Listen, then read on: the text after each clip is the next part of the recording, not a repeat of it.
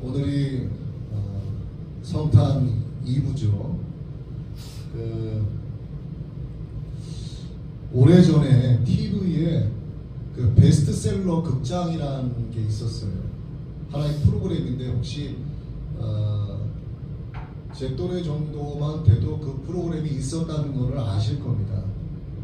그러니까 일주일에 한 번 토요일 날 아마 밤 11시인가 이렇게 하는 걸로 제가 기억이 나는데 약 1시간 정도의 드라마가 진행이 되는 그 베스트셀러 극장에 나온 드라마의 제목 가운데 하나가 노란 손수건이라는 드라마가 있었어요.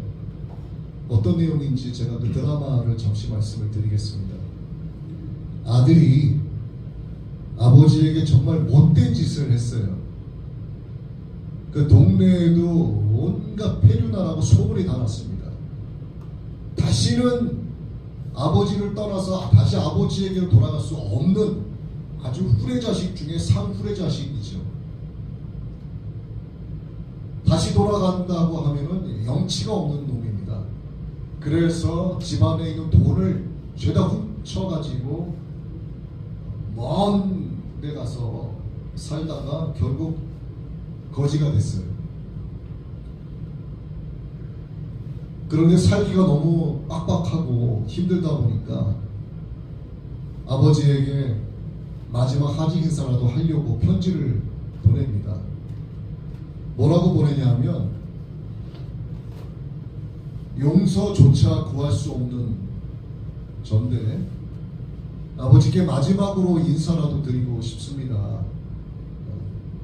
제 인사라도 받아주신다면 동네 어귀에 있는 커다란 나무에 노란색 손수건 하나만 매달아 달라고 이렇게 편지를 쓰는 거예요. 아들은 그 손수건이 달려있지 않을 거라고 생각을 했습니다. 너무나도 큰 죄를 짓고 도망가듯이 가버렸기 때문에. 그렇게 편지를 보내고 나서 이제 아버지가 살고 계시는 마을을 향해서 이렇게 가죠. 그리고 이렇게 어귀를 돌게 되면 이제 동네에 큰 나무가 이제 보이게 되는 상황이에요. 딱 돌기 전에 굉장히 긴장되는 순간입니다. 노란 손수건이 하나 걸려있을까 안 걸려있을까. 그런데 동네 어귀를 딱 돌아서서 저쪽에 보이는 나무를 딱 보는데 나무 전체가 노란 거예요. 그 아버지는 아들이 노란 손수건 하나 걸어놓은 거를 보지 못할까봐 혹시라도 못 보고 지나칠까봐 걱정이 돼서 전체에다가 노란 손수건을 매달아놨습니다. 나무 전체가 노랗게 변했어요. 아들이 그걸 보고 그 자리에서 털썩 주저앉고 막 엉엉 울죠. 그렇게 이제 아버지를 다시 만나게 되는 그런 드라마죠. 이거를 지금 여기 옆에 앉아 계시는 저희 아버지 목사님께서 그 글을 쓰신 거예요. 물론 우리가 지금 말씀 나누고 있는 이 탕자, 이 성경의 이 내용을 바탕으로 해서 기록이 된 글이죠. 오늘 여러분에게 전하고자 하는 말씀이 바로 지금 말씀드린 이 드라마 내용에 다 들어가 있습니다. 아들이 후레자식으로서 폐륜적인 요구를 하고 난 뒤에 아버지 죽었다 치고 자기의 상속분을 다 챙겨달라. 이래서 그것을 헐값에 팔고 금덩어리와 유동성 자산을 챙겨서 먼 나라로 갑니다. 거기에서 내가 한번 사업을 해보겠노라, 성공해보겠노라, 이렇게 가문이설로 아버지를 속이고 갔는데 그 도시에는 환락과 유흥이 많은 도시였죠. 쾌락을 얼마든지 즐길 수 있는 도시였습니다. 그러니 매일 밤 술을 퍼마시고 창기들을 끼고 좋은 옷을 입고 그렇게 돈으로 대우받으며 살기에도 시간이 부족해요. 그런데 무슨 사업을 하겠습니까? 그래도 돈이 바닥나기 시작하니까 어떤 사업을 했는지는 모르겠지만 결국 결과적으로 바닥이 났어요. 거지가 됐습니다. 그 나라에 흉년이 들어서 이제 더 이상 먹고 살 게 없어요. 그래서 한 사람에게 빌붙어서 사는 게 가서 넌 돼지나 쳐라 이렇게 된 겁니다. 근데 돼지가 먹는 음식이 쥐엄나무의 열매였어요. 지금으로 보면은 이렇게 여러분이 아시는 작두콩처럼 생겼습니다. 검정색이고요. 이거를 잘라서 저도 먹어봤어요. 그냥 오래 씹으면 좀 고소한 맛이 있고요. 물에 넣어서 끓여서 차로 마시기도 합니다. 사람이 먹을 수 있는 거예요. 그런데 이제 그 돼지들이 먹는 쥐엄나무 열매들은 벌레가 많이 먹고 썩어서 도무지 배가 고파도 먹을 수 없는 거죠. 그렇게 돼지들을 쳐다보면서 한숨 푹푹 내쉬고 있다가 아버지의 집을 생각을 하게 되는 거죠. 감히 자기가 아버지의 아들로서 돌아갈 수는 없는 입장이기 때문에 아버지는 부자고 아버지의 집에는 많은 품꾼들이 일을 하고 있어요. 그 품꾼들은 아버지의 집에서 일을 하면서 잘 먹고 잘 쉬고 잘 자고 따뜻하게 지내고 있단 말이죠. 그래서 생각을 하죠. 아들로서는 찾아갈 수 없으나 나를 품꾼 중에 하나로 봐주시기 원합니다. 이러한 마음을 갖고 결단을 하고 일어나서 아버지의 집을 향해서 가는 내용이 오늘 여러분과 제가 함께 읽은 본문 내용이죠.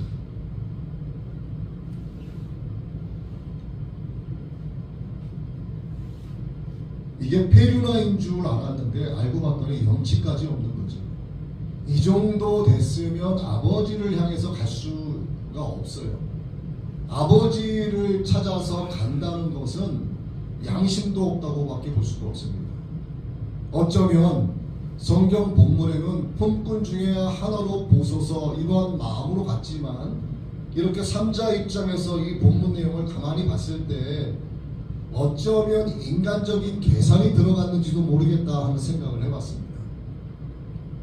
그래도 내가 피가 섞인 아들인데 품꾼 중에 하나로 보소서라고 이야기했을 때 아버지가 정말 나를 품꾼 중에 하나로 보실까? 아니면 가버리라고 걷어차버릴까? 아니면 아니다 너는 내 아들이라고 받아주실까? 어떤 생각을 하면서 갔는지는 모르겠어요. 그러나 단 한 번이라도 품꾼으로 봐달라고 했을 때 아버지가 그래 너를 품꾼으로 써주다라고 설마 아버지가 그러진 않으시겠지 하는 그런 인간적인 악의적인 계산이 들어가 있는지도 모르겠다 하는 생각을 말씀을 준비하면서 한번 해봤습니다. 왜? 제가 생각하는 건 제 자유니까. 어쨌거나 계산적인 생각이 들어가 있다 할지라도 아버지를 향해서 털레 이렇게 간다는 것은 그만큼 견디기가 힘든 거예요. 정말 때려 죽어도 시원치 않은 이 둘째 아들이 다시 의기양양하게 나올 때는 그렇게 떠나왔는데 파김치가 되고 상거지가 돼서 아버지가 계신 집을 향해서 간다는 것은 정말 있을 수 없는 일인데도 그래도 간다는 것은 정말 죽을 것 같으니까 이렇게 해서라도 목숨이라도 염려해야 되겠다라고 하는 마음으로 가는 거예요.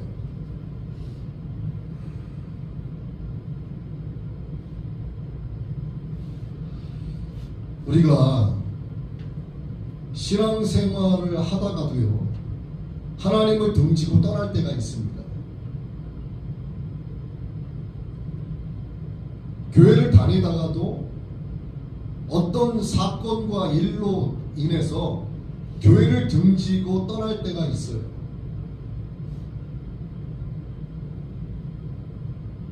하나님은 우리의 눈에 보이시지 않는 것 같지만 하나님은 지금 우리와 함께 계시는데 피조물이라고 하는 존재는 영적인 눈을 통해서 보이는 영적인 세계가 우선되는 것이 아니라 육신의 눈으로 보이는 것을 항상 우선시한단 말입니다.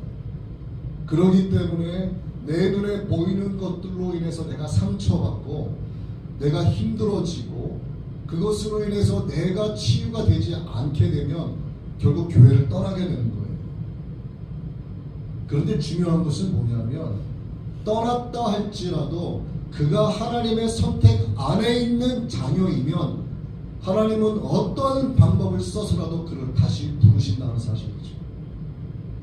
우리가 떠날 때는 다시는 나 교회 다니지 않을 거야 하고 등지고 떠났어도 하나님은 하나님만의 방법으로 다시 그를 부르신다는 거예요.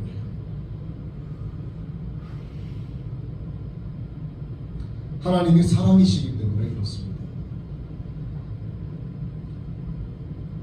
하나님은 우리 인간들이 실패를 많이 한다는 걸 알고 계시는 분이시죠.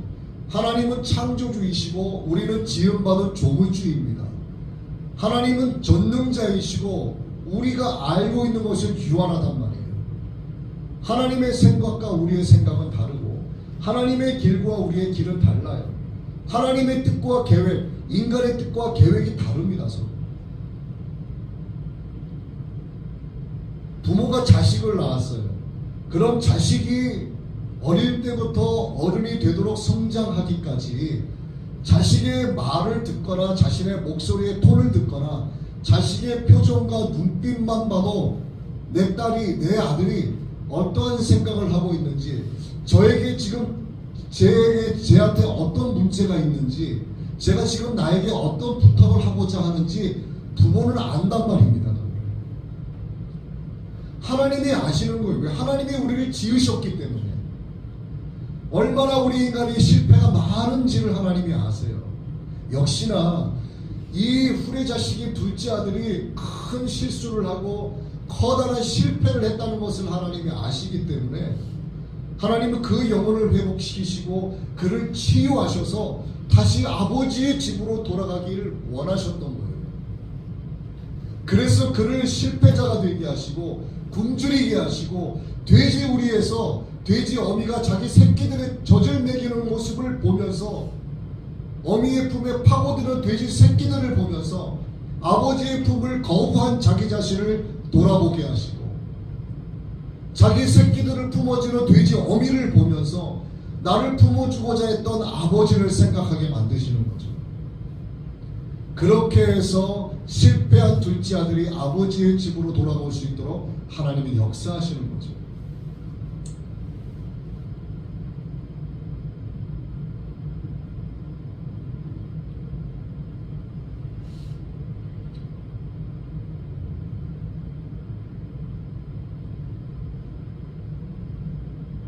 하나님은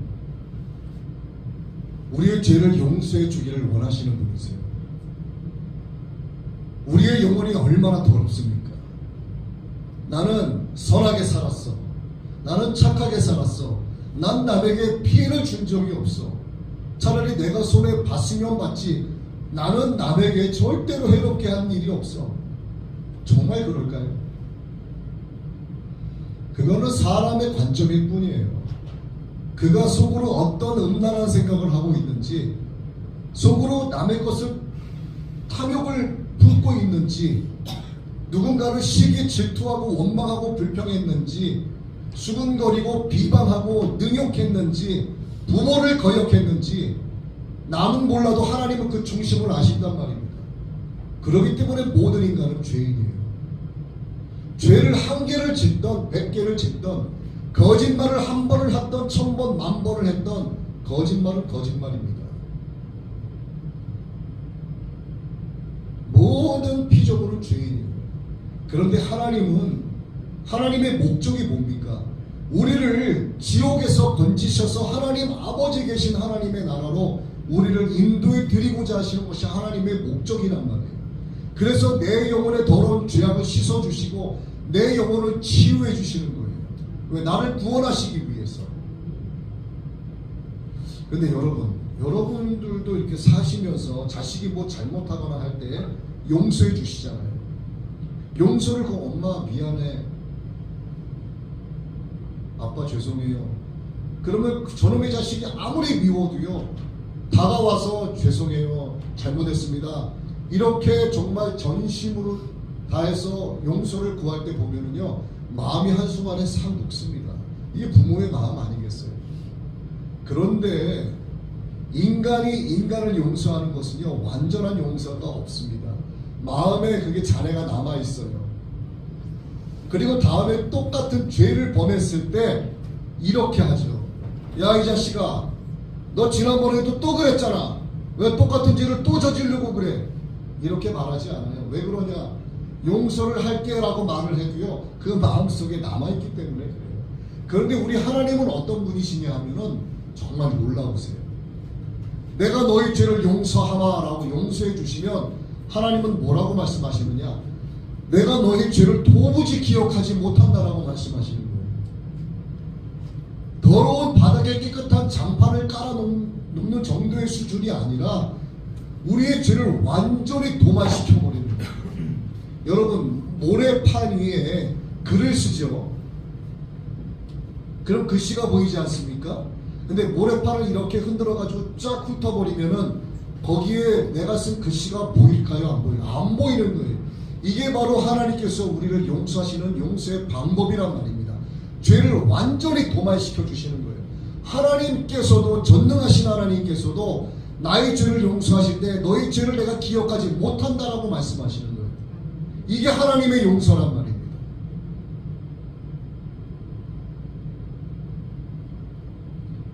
하나님은 둘째 아들로 하여금 깨닫게 하셨어요. 걔가 아버지의 밑에서 아들로 살아갈 때 얼마나 오만방자하고 얼마나 패역하고 얼마나 교만했었는지를 깨닫게 하시고 자신을 돌아보게 하십니다.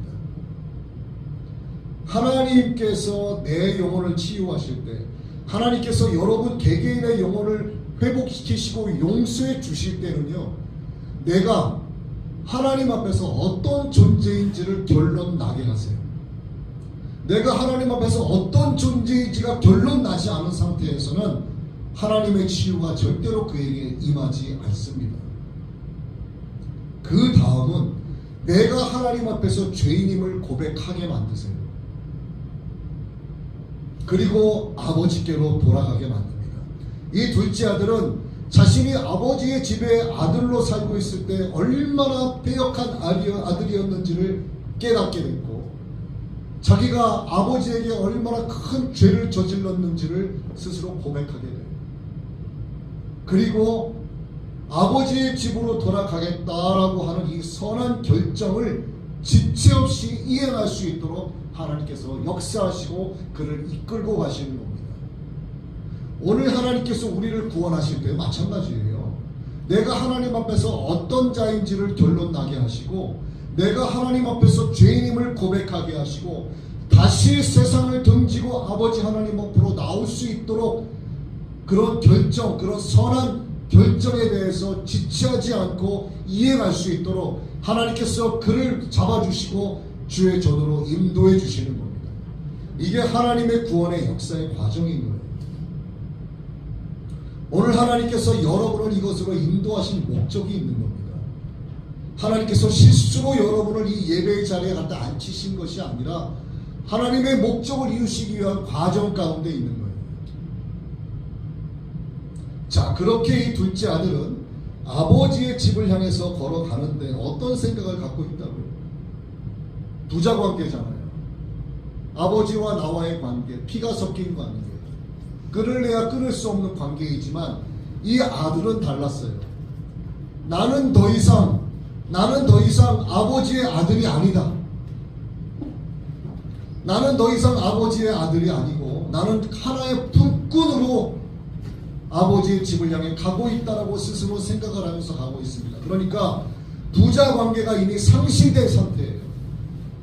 또 한 가지, 얘는 지금 아버지로부터 많은 재산을 강제적으로 폐륜적 요구를 통해서 다 받아냈어요. 아버지의 생명과 같은 그 많은 재산을 다 미리 가로챈 뒤에 먼 나라에 가서 허랑망탕하게 살다가 완전히 폐인이 되고 산 거지가 돼서 다시 아버지 앞으로 돌아가는 거죠.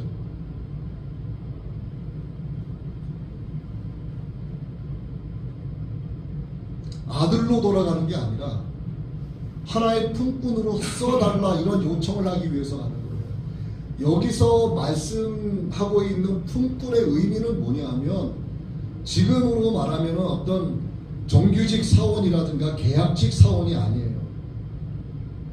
그냥 일용직 인부를 얘기하는 겁니다. 적어도 아버지 집에서 일하고 있는 품꾼들은 아버지의 집에서 기거하면서 그 주인이 제공해 주는 집에서 먹고 자고 하면서 거기에 일을 봐주는데, 이 둘째 아들이 말하는 품꾼은 일용직 품꾼을 얘기하는 거예요. 그날 먹고 그날 마시고 그날 쓰고 그날 일해서 번 돈 가지고 하루하루 먹고 사는 그 정도의 수준을 이야기하는 겁니다. 그러니까 자기가 얼마나 배륜나였다라고 하는 것을 뒤늦게 깨닫게 된 거죠. 그렇게 해서 아버지의 집을 향해서 가고 있습니다. 다시 말씀드리지만 하나님은 하나님 앞에 서 있는 내가 어떤 존재다라고 하는 것을 결론 내게 해주시는 분이세요. 여러분이 내가 하나님 앞에서 어떤 존재다라고 하는 것이 결론 나지 않으면 여러분은 하나님을 아버지라고 부를 수가 없어요. 여러분, 큰 교회도 그렇고 중견 교회도 그렇고 우리와 같이 크지 않은 이런 교회도 마찬가지지만요, 하나님, 예수님 이렇게 우리의 입으로 말할 수 있지만 하나님을 나의 아버지, 하나님 아버지 이렇게 부르는 것은 여러분 힘들어요. 여러분 한번 해보세요. 하나님 아버지 해보세요. 이게 안 되는 겁니다.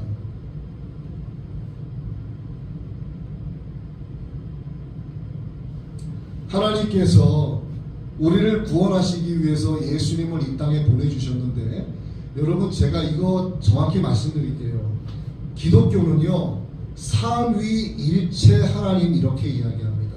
삼위는 뭐냐면 이 세 분이 한 몸이다라고 이야기하는 거예요. 하나님, 그 다음에 예수님, 그 다음에 성령님 이렇게 이야기하죠. 하나님과 예수님과 성령님은 각기 다른 분이 아니에요. 자, 제가 어떤 많은 생각을 가지고 있어요. 제가 많은 구원의 계획을 가지고 있습니다. 그러면 저는 하나님이에요. 제가 하나님으로서 이 땅에 있는 많은 사람들을 내가 구원해야 되겠다라고 하는 계획을 갖고 있어요. 자, 하나님의 이 계획을 통해서 하나님께서 이 구원의 계획을 글로 다 썼어요. 이렇게 글로 썼어요. 그러면은 뭐로 나오냐면 이렇게 책으로 나와요. 책으로 나왔어요. 그리고 이 책을 여러분들이 읽었어요.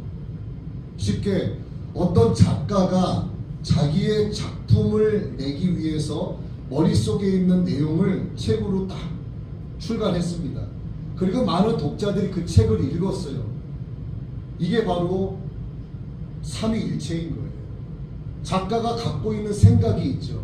그 작가는 하나님이라고 할 수 있습니다. 작가가 자기의 생각을 책으로 만들어냈죠. 이 책이 바로 이 땅에 오신 예수님을 가리키는 거예요. 이 책을 여러분이 읽었어요. 그러면 책의 내용을 여러분들이 알까요? 모를까요? 알죠. 책의 내용을 통해서 여러분들이 뭔가 깨닫는 게 있는 겁니다. 깨닫게 하는 그것이 바로 성령님인 거예요. 이게 성부, 성자, 성령입니다. 그러면 글을 쓴 작가와 책을 읽었을 때 독자에게 남는 생각, 이것은 하나일까요? 따로일까요? 이게 바로 하나인 거예요. 이게 하나님, 예수님, 성령님인 거죠. 그렇기 때문에 이 삼위는 바로 하나다라고 이야기하는 거예요. 예수님께서 이 땅에 우리를 구원하시기 위해서 오신 것은 바로 하나님이신 겁니다. 하나님이 우리에게 율법을 주셨어요. 성문법을 주셨습니다. 모세 시대에 하나님께서 우리에게 주신 법이 바로 성문법이에요. 우리나라에도 헌법이 있지 않습니까? 그런데 그 헌법을 지키면서 살아갈 수 있는 사람이 몇이나 될까요? 여러분 단 한 번도 헌법을 어긴 적이 없으세요? 사람은 부족하고 나약하고 연약하기 때문에 자꾸 법을 어기면서 살아가게 돼요. 하나님의 율법도 마찬가지입니다. 율법을 대표하는 게 바로 10계명인 거예요. 10계명. 1계명에서 4계명까지는 하나님과 나와의 관계를 설정한 법이고, 5계명에서부터 10계명까지는 인간과 인간 사이에 지켜야 할 법이에요. 그런데 이 법을 지킬 수 있는 인간은 이 지구상에 아무도 없습니다. 세상 온 지면에 있는 어떤 사람도 없어요. 자, 인간과 인간 사이에 지켜야 할 첫 번째 법이 뭐냐면 내 부모를 공경하라예요. 여러분, 부모님을 공경하시겠죠. 그러나 부모님께 대항하고 맞서서 싸우고 부모님과 막 부모님을 마음속으로 미워하고 이런 적 다 한 번도 없으세요? 여러분 가운데도 마찬가지지만 부모님을 공경하는 마음은 늘 갖고 있지만 때로는 부모님과 싸우기도 합니다. 소리 질러가면서 엄마가 어떻게 그럴 수 있어? 이럴 수 있는 거예요. 그건 공경하는 자의 모습이 아니죠. 즉, 뭘 말씀드리냐면 법을 지키면서 갈 수 있는 사람은 아무도 없다. 하나님께서 우리에게 주신 율법을 지키면서 사는 사람은 아무도 없다. 물론 율법을 다 지키면 구원받아요. 그러나 지킬 수 없기 때문에 구원 못 받습니다. 그래서 하나님께서 무엇을 계획하셨냐 하면 신이 육신의 몸을 입고 이 땅에 오시는 거예요. 그분이 예수님이고 구세주로 오셨기 때문에 우리는 예수 그리스도 이렇게 부르는 겁니다. 그래서 그분이 모든 인간들의 죄를 다 뒤집어 씌우고 십자가에서 대신 못 박혀 죽으신 거예요. 여러분이 십자가에 못 박아 죽어야 되는데 여러분을 대신해서 예수님이 십자가에 못 박혀 죽으신 거예요. 그리고 죽으신 지 사흘 만에 부활하셨습니다. 부활의 첫 열매가 되신 거죠. 이것은 우리에게 부활의 소망을 심어주시기 위함이에요. 예수님이 이 땅에 오신 것이 바로 성탄이죠. 거룩한 탄생. 아무나 성탄이 아니죠.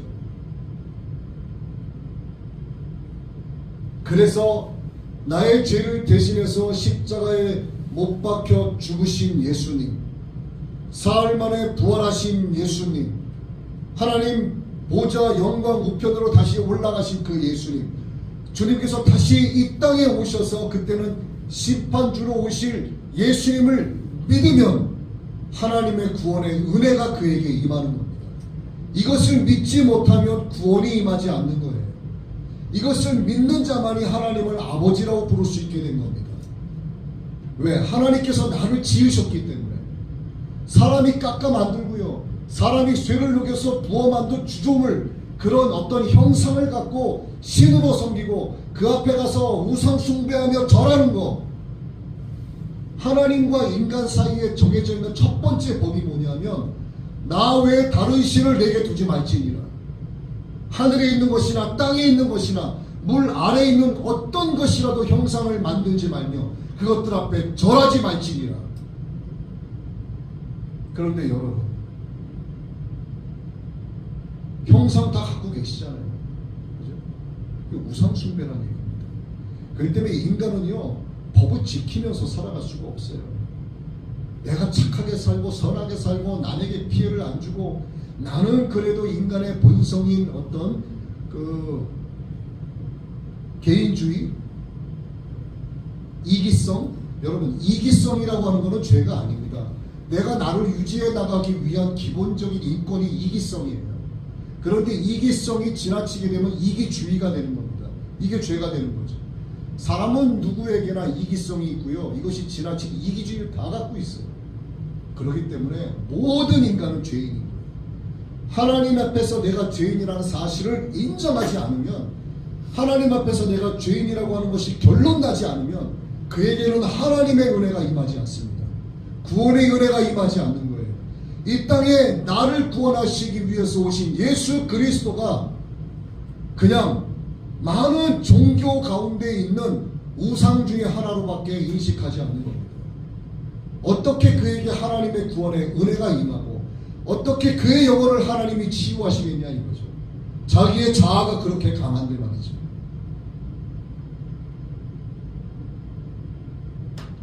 그런데 우리가 하나님 앞에 나와서 내가 하나님 죄인입니다, 나를 용서해 주시고 하나님의 자녀로 삼아 주시고 내게 구원의 은혜를 베풀어 주옵소서, 마음을 먹는 순간 하나님은 그를 치유하시는 거예요. 세상 모든 일을 바라보실 때는요, 관점이라는 게 있습니다. 인간의 관점으로 해석하는 게 있고요, 하나님의 관점으로 보는 게 있어요. 그렇다면 어떤 관점이 있냐면 사탄이 보는 관점이 있는 겁니다. 마귀가 보는 관점이 있는 거예요. 자, 마귀가 하나님의 은혜를 입은 우리를 바라봤을 때 어떤 관점으로 해석을 할까요? 하나님은 편애하시는 분이에요.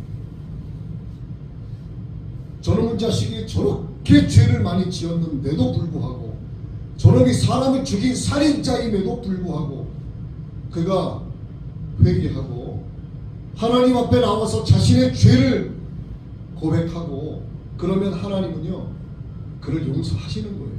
인간적으로는 용서가 잘 안 될 수 있지만 하나님 아버지의 그 마음과 긍휼은 다르다는 얘기입니다.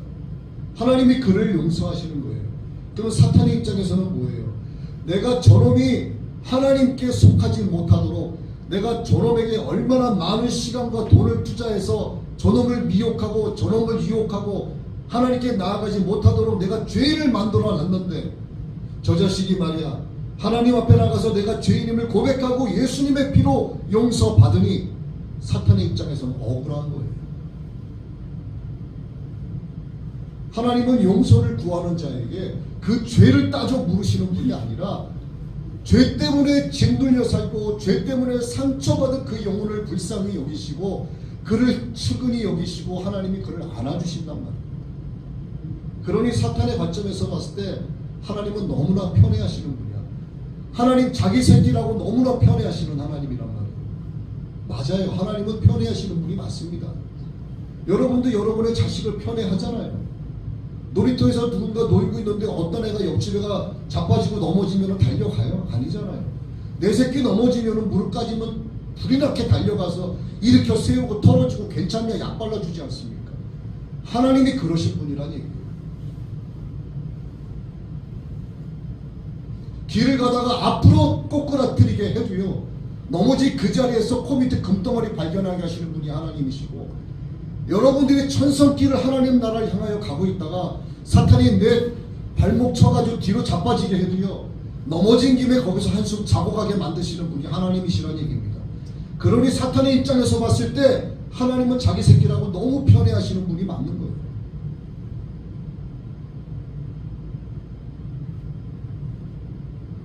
자, 이 둘째 아들이 아버지의 집을 향해서 가고 있는데 아버지는 저 사람이 모양이 누굴지도 잘 모르는데요 저 동네 어귀에 도착하고 있는 저 사람을 보고 자기의 아들인 건 압니다. 자기 부모는 자식이 알잖아요. 걸음걸이가 어떤지 팔 움직임이 어떤지만 봐도 멀리서도 내 새끼인 거 다 알지 않습니까? 아버지가 그 아들을 향해서 막 달려가기 시작을 합니다. 마찬가지 하나님은요 여러분을 늘 주목해서 보고 계세요. 하나님의 선택 안에 있는 자녀들을 놓치지 않기 위해서 하나님은 늘 주목해서 보고 계신다는 얘기죠.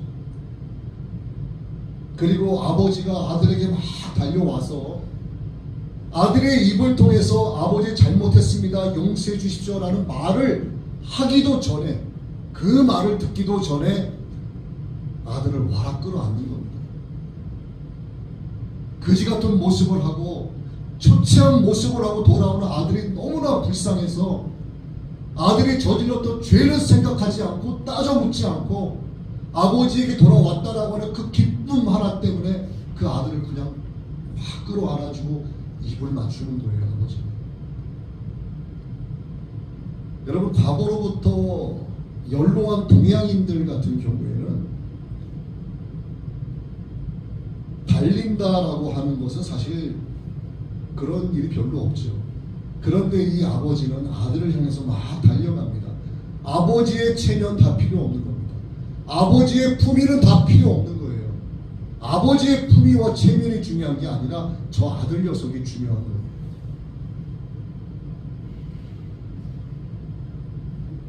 하나님과 여러분과의 관계, 하나님과 나와의 관계는 어떤 계약서에 의해서 만들어진 주종관계가 아닙니다.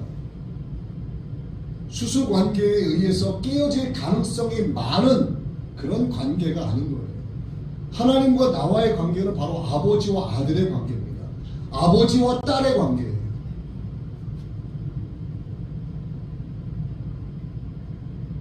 그리고 여러분이 또 한 가지 아셔야 될 아주 중요한 내용이 있는데, 하나님의 우리를 향하신 용서의 행위는 우리의 입술을 통해서 고백되어지는 사죄의 행위보다 항상 우선한다는 사실입니다. 여러분들이 내가 하나님 앞에서 죄인임을 마음속으로 인정하고 하나님 앞에 나와서 하나님 용서해 주십시오, 제가 죄인입니다 라고 고백하기 전부터 내가 그렇게 해야 되겠다라고 마음먹은 그 순간부터 이미 하나님의 용서는 여러분을 향하고 있다는 얘기죠. 이미 하나님은 여러분을 와라 끌어안고 있다는 사실입니다. 그리고 또 한 가지 있어요. 이 본문에서 이 아들이 아버지를 향해서 천천히 걸어갑니다.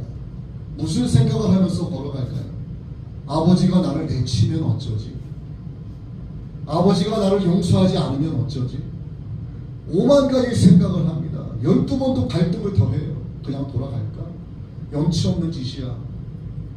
아버지가 나를 내치면 나는 살 희망이 없어.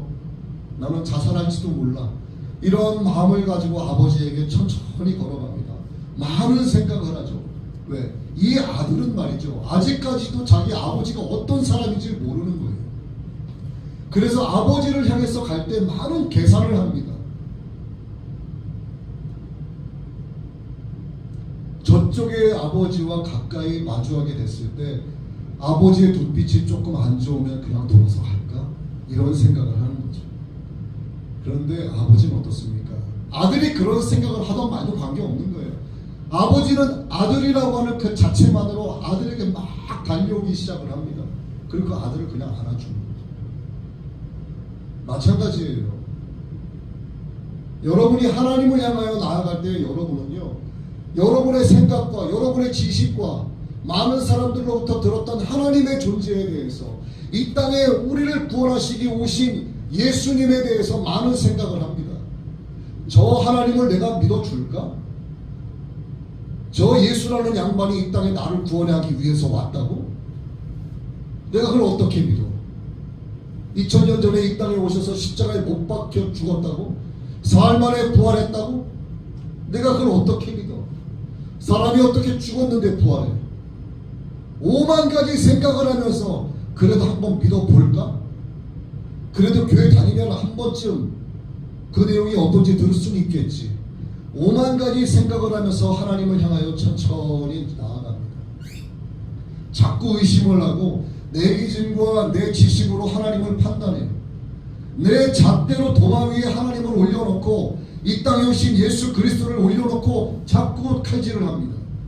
그리고 믿을만 하면 믿어주고 그렇지 않으면 관두지 뭐 이렇게 되는 거예요.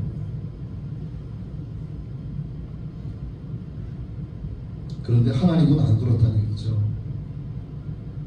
하나님 아버지 앞으로 나온 자들은 그가 무슨 생각을 하고 있던 하나님은 그를 안아주시죠. 너는 내 자녀야 라고 안아주시는 겁니다. 여러분, 사람이 깎아 만든 우상을 숭배해서는 안 되죠. 사람을 지으신 하나님을 아버지로 부를 수 있고 이 땅에 오신 예수님이 나의 구세주라고 하는 사실을 인정하고 환영하고 모셔드려야만 그에게 구원이 임합니다. 하나님은요, 자비의 눈을 갖고 계시는 분이세요. 부모가 자기 아기를 항상 주목해서 보고 있는 것처럼 하나님은 항상 우리를 주목해서 보고 계시기 때문입니다. 하나님 아버지의 마음은 영민의 마음을 갖고 계세요. 저와 여러분을 항상 불쌍히 여겨주십니다. 우리에게 긍휼을 베풀어 주시는 분이세요. 하나님 아버지는 은혜의 발길을 갖고 계십니다. 내가 하나님 앞으로 나아가겠다라고 결단할 때 하나님은 먼저 우리에게 달려오시는 분이세요. 하나님은 사랑의 팔을 갖고 계십니다. 우리를 불쌍히 여기시고 그동안 내가 죄에 짓눌려 살았을 때 받았던 그 상처를 하나님이 다 씻어주시고 하나님의 그 사랑의 팔로 우리를 안아주시는 겁니다. 그래서 하나님은 사랑입니다 라고 고백하게 되는 거예요. 그런데 다시 한번 말씀드립니다. 내가 하나님 앞에서 죄인임을 결론 내지 않으면 그에겐 하나님의 구원의 은혜가 절대로 임하지 않습니다. 여전히 그는 사탄의 자식이고요. 그의 결론은 지옥입니다. 제가 결론 내는 게 아니라 하나님의 말씀이 결론 내고 있는 거예요. 내가 어디에서 와서 무엇 때문에 살며 어디로 가는지 알지 못하면 나에게는 구원의 은혜가 임하지 않습니다. 여러분은 어디에서 왔어요? 어머니의 뱃속에서 태어났습니까? 주어진 인생이니까 한 8, 90년 그냥 살아가는 건가요? 육신으로? 죽게 되면 그냥 관뚜껑 덮고 그냥 썩어서 흙이 되면 그냥 그만인가요? 아니, 그렇지 않습니다. 여러분은 하나님으로부터 오게 된 분들이에요. 정말 존귀한 분들입니다. 하나님께서 하나님의 형상으로 여러분을 지으시고 여러분 그의 생기를 불어넣으신 거예요. 여러분이 어머니의 모태에 생성되기 전부터 하나님은 여러분의 존재를 이미 다 알고 계시는 분이시고요. 여러분이 모태에 생성될 때 하나님께서 여러분의 기질과 근성을 다 심어 넣어 주셨어요. 그리고 이 땅에 태어나서 육신으로 살아가게 하시면서 하나님을 찬양하는 자로 하나님이 살기를 원하고 계시는 거예요. 하나님께서 우리를 향하신 그 구원의 목적을 이루어 가시는데 여러분이 거기에 동참이 되는 하나님의 역군, 천국의 일꾼이 되어서 살아가기를 하나님이 원하고 계시는 겁니다. 언제까지? 내 육신이 죽어 내 영혼이 내 육신을 벗어나서 아버지 하나님 나라로 갈 그때까지, 내가 왔던 그 본향으로 갈 때까지 그렇게 살아가기를 원하시는 겁니다. 그래서 내가 어디에서 왔는지 바로 하나님으로부터 왔다는 사실을 고백하고, 내가 무엇 때문에 살고 있는지, 내가 하나님의 천국의 구원의 그 역사를 이루는 일꾼의 동참이 돼서 살아가고 있고, 나를 지으신 하나님께 영광 돌리고 하나님을 찬양하는 자로 살고 있다고 고백을 하고, 그리고 다시 내가 왔던 본향 아버지 하나님의 그 나라 천국으로 가기 위해서 내가 살아가고 있음을 고백할 수 있을 때 바로 하나님의 치유의 역사가 여러분에게 임한다는 얘기입니다. 그렇기 때문에 내가 하나님 앞에서 죄인임을 결론내지 않는 자에게는 절대로 구원의 은혜가 임하지 않는다는 사실입니다. 여러분, 자녀들을 사랑하시죠? 그렇다면 자녀에게 천국과 지옥이 있음을 말씀하셔야 됩니다. 세상 어떤 우상 종교도요 천국으로 갈 수가 없어요. 종교다원주의자들이 말하죠. WCC, WEK, 세계 복음주의자들이 말하죠. 그들은 다 사탄입니다. 세상 어떤 우상도 하나님을 대신할 수 없어요. 사람이 깎아 만든 것들과 사람을 지으신 하나님과 비교해서는 안 됩니다. 오늘 이 하나님을 여러분이 알기를 원합니다. 이 땅에 우리의 구세주로 오신 예수님을 여러분의 구세주로 영접하게 되시기를 바랍니다. 예수님께서 이 땅에 오셔서 십자가에 못 박혀 죽으시면서 모든 살을 다 찢기시고 모든 물과 피를 다 흘리셨어요. 예수님께서 십자가에 못 박히시기 전에 제자들을 불러놓고 말씀하셨죠. 너희가 먹고 마실 때마다 나를 기념하라.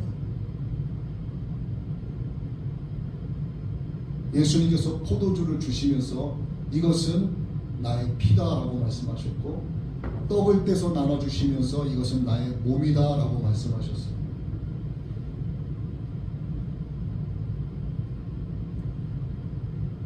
그래서 우리는 예배 때마다 성찬을 하는 겁니다.